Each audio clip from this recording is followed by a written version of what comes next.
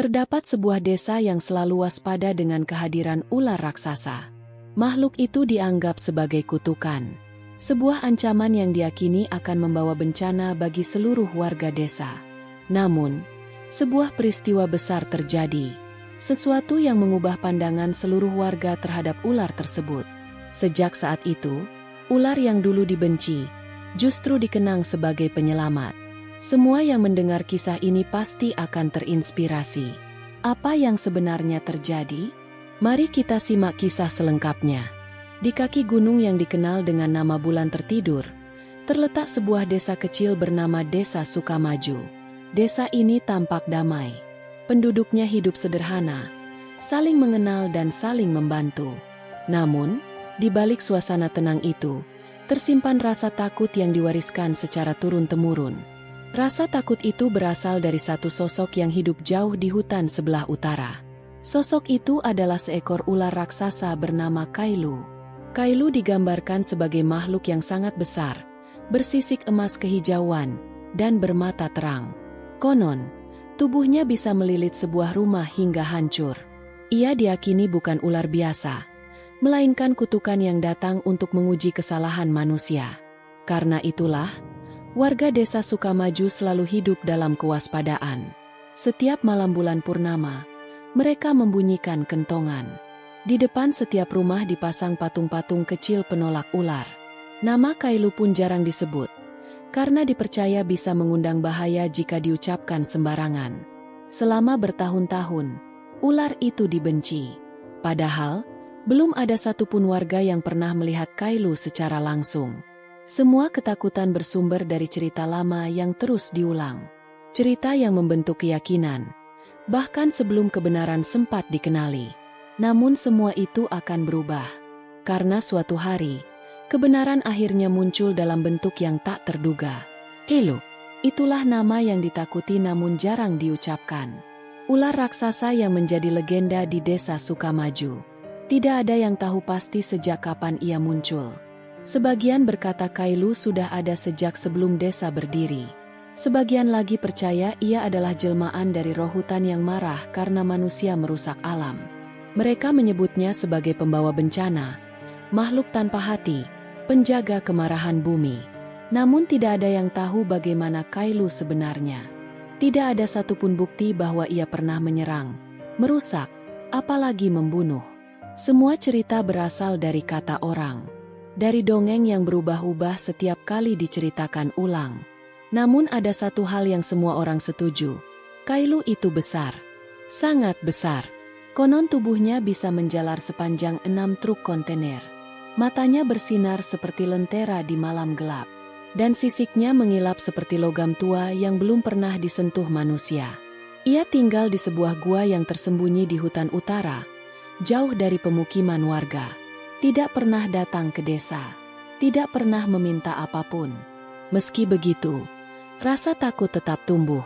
Warga melempar batu ke arah hutan, membuat bunyi-bunyian keras agar Kailu tidak mendekat. Beberapa bahkan berdoa agar hujan turun saat bulan purnama, karena katanya itu waktu ketika Kailu paling aktif.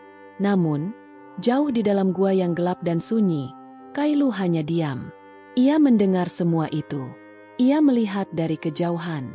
Ia tahu dirinya dibenci. Tapi ia tetap di sana. Tidak pernah melawan. Tidak pernah mendekat. Ia hanya menjadi bagian dari hutan.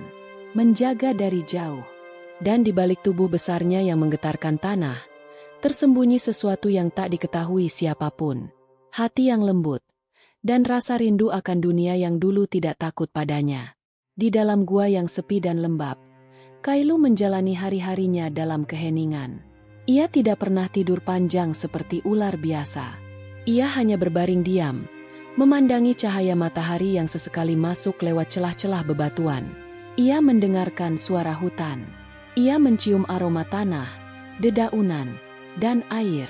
Ia merasakan waktu berjalan, lambat, tapi terus bergerak. Setiap hari, saat senja menjelang, Kailu bangkit dan merayap ke tepi hutan. Dari balik semak-semak besar, ia menatap desa Sukamaju dari kejauhan. Ia menyaksikan anak-anak bermain di pematang sawah. Ia mendengar suara ibu-ibu menumbuk padi sambil bernyanyi pelan. Ia melihat para bapak pulang dari ladang, membawa hasil panen.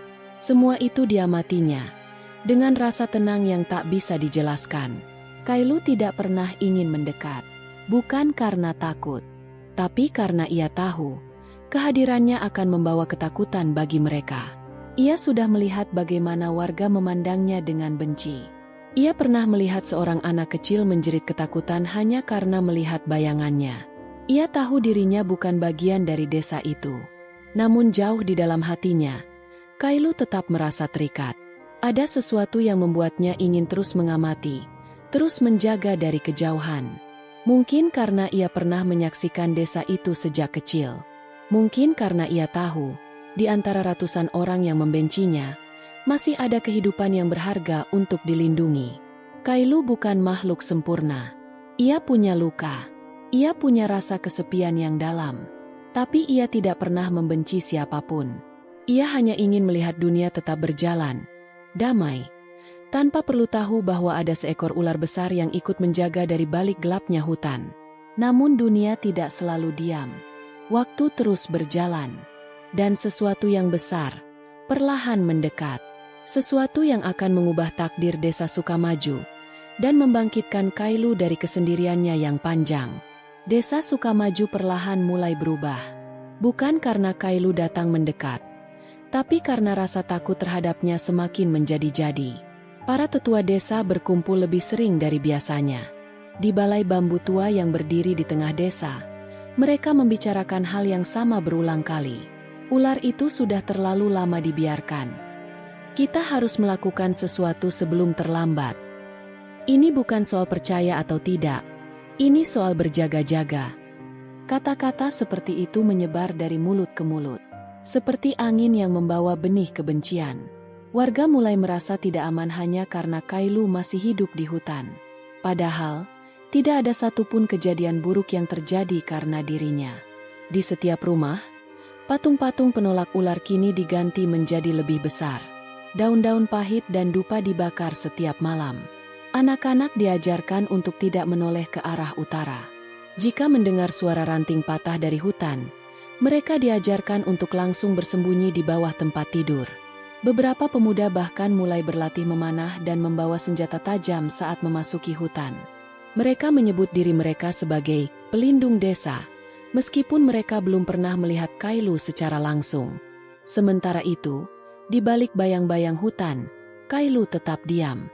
Ia merasakan gelombang kebencian yang semakin kuat. Ia tahu dirinya dibenci. Tapi yang membuat hatinya perih adalah kenyataan bahwa ia tidak pernah diberi kesempatan untuk dikenali. Ia mengamati dari kejauhan, seperti biasa. Tapi kali ini, desa terasa berbeda. Wajah-wajah yang dulu terlihat bahagia kini dipenuhi kekhawatiran. Bukan karena kemarau, bukan karena panen yang gagal, tapi karena mereka percaya bahwa seekor ular raksasa sedang menunggu waktu untuk menyerang. Kailu tidak bergerak. Ia tetap di tempatnya. Namun rasa takut warga terus membesar, seolah-olah ketenangan yang ada hanyalah awal dari bencana. Dan saat malam-malam makin panas, angin makin kering, dan ketegangan makin menebal, tak seorang pun menyadari bahwa bencana yang sebenarnya datang bukan dari hutan. Malam itu, angin berhembus dengan cara yang berbeda. Tidak seperti biasanya yang membawa kesejukan dari pegunungan. Kali ini angin kering dan membawa aroma yang asing. Aroma kayu hangus. Aroma peringatan. Langit di atas desa Sukamaju tampak merah gelap, seperti menyimpan sesuatu yang belum terucap. Burung-burung berhenti berkicau lebih awal. Anjing-anjing melolong tanpa sebab. Dan para warga mulai merasa gelisah, meski mereka tidak tahu mengapa. Di rumah kepala desa, dapur yang masih menyala karena kayu bakar lupa dipadamkan mulai mengeluarkan asap. Angin kering menyulut bara menjadi api.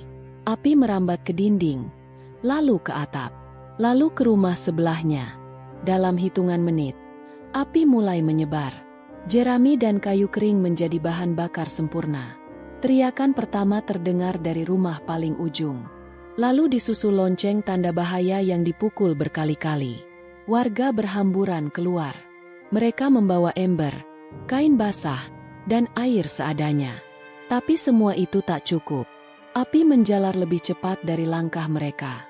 Asap tebal mulai menutupi langit malam. Anak-anak menangis. Orang-orang panik.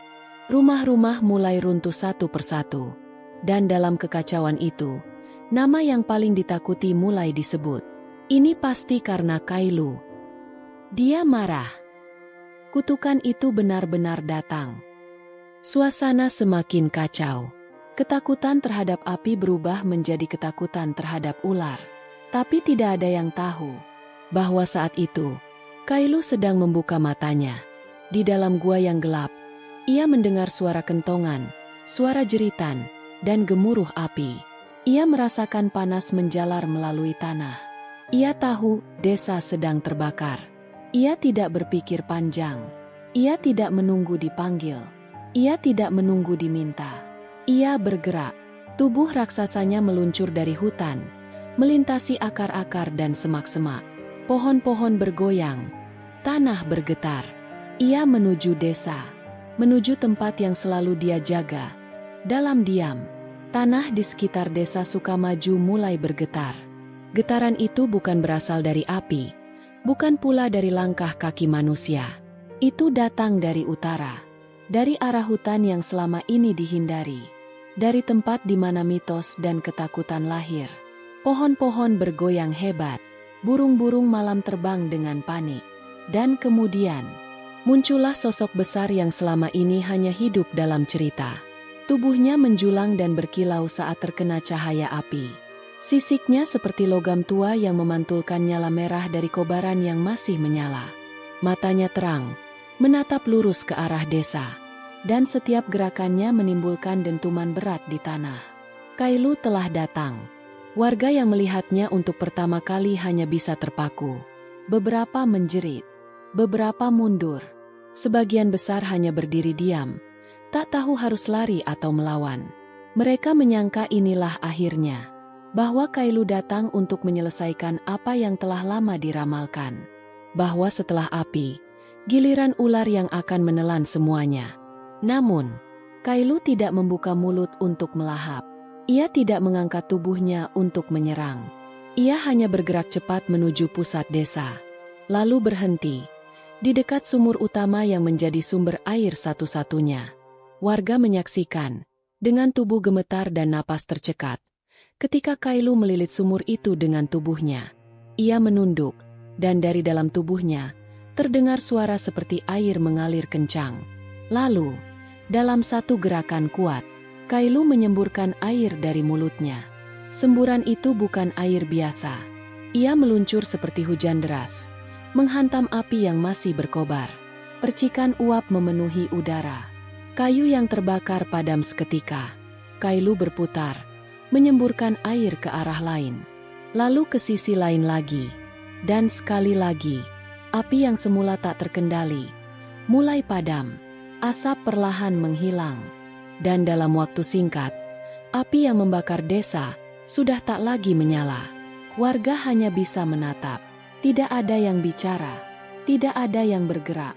Karena untuk pertama kalinya dalam sejarah desa Sukamaju, yang mereka anggap sebagai kutukan, justru menyelamatkan mereka. Asap masih mengepul dari sisa-sisa bangunan yang hangus. Aroma kayu terbakar masih memenuhi udara. Namun api sudah padam. Dan di tengah bekas kobaran itu, seekor ular raksasa berdiri diam. Tubuhnya masih melingkari sumur. Mulutnya basah oleh air yang baru saja menyelamatkan desa. Warga desa Sukamaju belum bisa berkata-kata. Tubuh mereka gemetar. Bukan lagi karena panas atau ketakutan. Melainkan karena mereka tidak tahu bagaimana harus memahami apa yang baru saja terjadi. Ular yang selama ini mereka benci. Ular yang mereka anggap sebagai kutukan, telah muncul, dan menyelamatkan mereka semua. Beberapa orang masih berdiri dengan tatapan curiga. Sebagian bersembunyi di balik reruntuhan. Namun tidak ada yang berani bergerak maju. Kailu sendiri tidak menunjukkan niat jahat. Ia tidak berbicara. Ia tidak memaksa. Ia hanya menatap desa yang kini basah dan rusak. Namun masih berdiri. Ia melihat anak-anak menangis. dipeluk oleh orang tua mereka. Ia melihat seorang nenek duduk lemas di tanah. Rumahnya hangus jadi abu. Ia melihat apa yang tidak bisa diselamatkan, dan apa yang masih bisa bertahan. Lalu, dengan gerakan perlahan, Kailu mulai melepaskan lilitannya dari sumur. Ia berbalik, tubuhnya bergerak menjauh, meninggalkan desa yang baru saja ia selamatkan. Ia tidak menunggu ucapan terima kasih. Ia tidak mengharapkan pengakuan. Ia hanya melakukan apa yang menurutnya benar. Dan mungkin, dalam diamnya, ia tahu bahwa keberadaannya memang tidak untuk dipuji, tapi untuk hadir ketika tidak ada yang lain bisa diandalkan. Kailu kembali ke arah hutan. Langkahnya lambat, tapi pasti. Sampai akhirnya, bayangannya kembali tenggelam di balik pepohonan gelap. Namun sebelum benar-benar menghilang, suara kecil terdengar dari tengah kerumunan. "Terima kasih, ular besar." Seorang anak kecil berdiri di tengah puing-puing, menatap ke arah Kailu yang mulai jauh. Suara itu pelan, tapi cukup jelas untuk didengar oleh semua orang, termasuk oleh Kailu, yang sesaat berhenti, lalu menoleh sejenak. Ia tidak berkata apa-apa. Ia hanya mengangguk, gerakan kecil, hampir tak terlihat. Lalu ia pergi. Malam kembali sunyi. Tak ada suara jangkrik, tak ada kentongan. Yang tersisa hanyalah asap tipis yang menggantung di udara dan jejak basah di tanah yang masih panas. Warga desa Sukamaju berdiri di antara puing-puing rumah mereka. Beberapa menangis dalam diam. Sebagian duduk, menatap kosong ke depan, berusaha memahami apa yang baru saja mereka alami. Untuk pertama kalinya, tidak ada yang membicarakan kutukan. Tidak ada yang menyebut-nyebut mitos lama. Tidak ada yang menyalahkan hutan atau makhluk raksasa yang mereka benci sejak dulu. Yang ada hanya satu kesadaran yang perlahan tumbuh dalam hati setiap orang. Bahwa tanpa kehadiran Kailu malam itu, mungkin tak satu pun dari mereka akan selamat. Kepala desa berdiri di tengah lapangan. Wajahnya tertutup jelaga. Jubahnya robek oleh api. Ia memandang ke arah hutan utara, tempat Kailu menghilang. Kemudian ia menunduk. Dan untuk pertama kalinya dalam hidupnya, ia berkata lirih, "Aku salah menilainya." Suara itu pelan, tapi cukup untuk didengar oleh orang-orang di sekitarnya. Dan seperti daun yang jatuh memecah permukaan air, kata-kata itu menyebar ke seluruh hati warga, menggetarkan rasa malu, rasa bersalah, dan perlahan menghapus sisa-sisa kebencian yang sudah terlalu lama bertahan. Beberapa warga mulai membongkar patung-patung penolak ular yang selama ini mereka anggap sebagai pelindung. Mereka patahkan satu persatu, tanpa kata, tanpa upacara, hanya dengan hati yang kini tahu bahwa selama ini mereka telah menolak satu-satunya makhluk yang benar-benar menjaga mereka. Anak kecil yang sempat berteriak, "Terima kasih," itu duduk di tangga rumahnya yang hangus. Ia menatap ke arah hutan dengan mata yang penuh harap. Tidak takut, tidak benci, hanya penuh rasa ingin bertemu lagi. Desa Sukamaju tidak lagi sama. Tidak karena bangunannya yang rusak, tapi karena pandangan mereka terhadap sesuatu yang dulu tidak mereka mengerti. Kini mulai berubah. Hari-hari berlalu. Musim berganti. Rumah-rumah di desa Sukamaju perlahan selesai dibangun kembali. Sawah kembali menghijau. Suara anak-anak kembali terdengar di pagi hari. Dan kehidupan berjalan seperti sedia kala. Namun ada satu hal yang tak lagi sama. Kailu, ular raksasa yang dulu dianggap kutukan, yang datang tanpa diminta dan pergi tanpa pamit, telah meninggalkan jejak yang tidak bisa dihapus oleh waktu. Ia tidak kembali sejak malam kebakaran itu. Tidak ada yang tahu di mana ia berada. Beberapa percaya ia telah kembali tidur di dalam gua hutan utara. Sebagian lain meyakini bahwa ia sudah pergi ke tempat lain yang lebih damai. Tapi apapun kenyataannya, kehadirannya tetap terasa. Bukan dalam bentuk fisik, melainkan dalam sikap dan kesadaran baru yang tertanam di hati warga. Anak-anak kini tumbuh dengan cerita yang berbeda. Cerita tentang keberanian seekor ular besar yang memilih melindungi, meski dibenci. Cerita tentang bagaimana sesuatu yang asing belum tentu jahat. Cerita tentang pengorbanan diam-diam yang tak pernah menuntut balas budi. Patung Kailu di tengah desa kini menjadi tempat orang datang untuk merenung.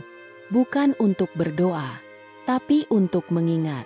Setiap tahun, pada malam yang sama dengan waktu kebakaran dulu, warga berkumpul, menyalakan lentera kecil, dan meletakkannya di sekitar patung. Bukan sebagai ritual, tapi sebagai tanda terima kasih. Tanda bahwa mereka tidak akan melupakan. Kepala desa yang dulu paling keras menolak Kailu, kini menjadi orang yang paling rajin merawat patung itu. Ia mengganti bunga di kaki patung setiap minggu, dan sesekali berbicara pelan, seolah Kailu masih bisa mendengar. Dan di malam-malam tertentu, saat kabut turun tipis dari gunung, sebagian warga mengaku melihat bayangan panjang di pinggir hutan. Tidak menakutkan, tidak mengancam, hanya diam, memperhatikan dari jauh. Seperti dulu, seperti biasa, karena mungkin beberapa penjaga memang tidak perlu dikenal dekat. Cukup dipahami, cukup dihormati, cukup dipercaya. Itulah warisan Kailu, seekor ular raksasa yang tidak pernah meminta apapun, tapi memberi segalanya.